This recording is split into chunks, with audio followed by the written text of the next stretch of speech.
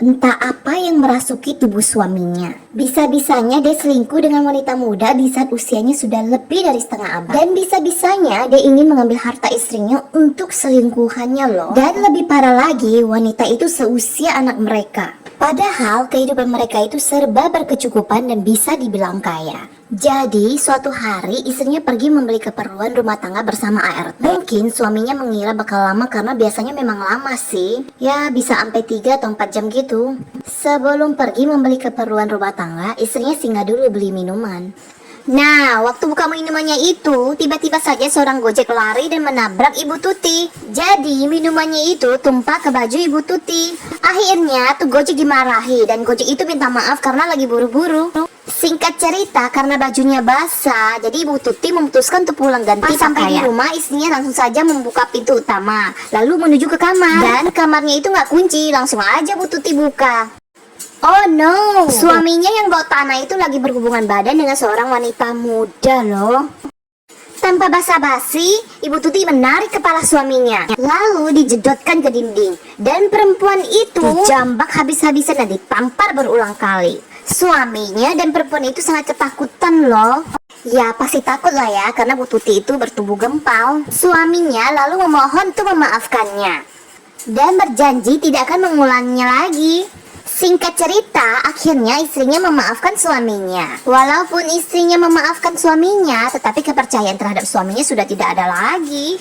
Selama beberapa bulan, Bu Tuti menyuruh orang untuk menyelidiki suaminya yang tak tahu diri. Ternyata feeling istrinya benar loh. Suaminya masih main api di belakangnya. Bu Tuti hanya pura-pura tidak tahu. Jadi suaminya ini berencana untuk mengambil rumah, emas dan segala tanah milik istrinya. Suatu hari suaminya membawa berkas dan menyuruh istrinya tanda tangan. Istriku, aku ingin buka usaha. Perlu tanda tanganmu. Dijelaskanlah panjang lebar kepada Ibu Tuti. Bu Tuti tersenyum karena di otak Bu Tuti sudah banyak rencana. Kamu tidak perlu buka usaha, kamu sudah tua. Lebih baik kamu nikmati saja hari tuamu. Namun suaminya tetap mencari cara hingga istrinya menandatangani berkas itu. Lalu secara diam-diam suaminya mengambil emas batangan dari berangkas yang ada di kamar. Halo, apakah ini dengan Ibu Tuti? Kami ingin mengabarkan suami Anda atas nama Iko berada di rumah sakit kasih sayang.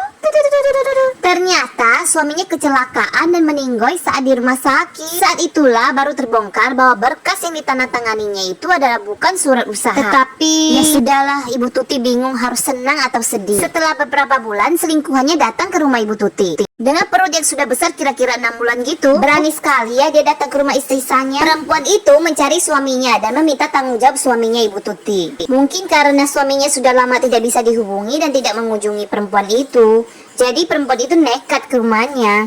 Karena perempuan itu berteriak-teriak tidak jelas seperti orang gila, istrinya langsung saja membawa dia ke kuburan. Seketika perempuan itu syok dong, tidak percaya dan menganggap ini adalah kebohongan. Secara dia udah hamil besar ya, dan dia pun menangis sejadi-jadinya. Mungkin memikirkan perutnya yang besar itu. Beberapa hari kemudian perempuan itu datang lagi, meminta harta gono gini karena anak yang dikandungnya adalah anak dari suaminya Bu Tuti. Bu Tuti pun ketawa. Harta gono gini? Kamu mau harta gono gini? Sepeda tua itu harta satu-satunya dari suamiku. Ambil saja. Tidak perlu bagi dua denganku.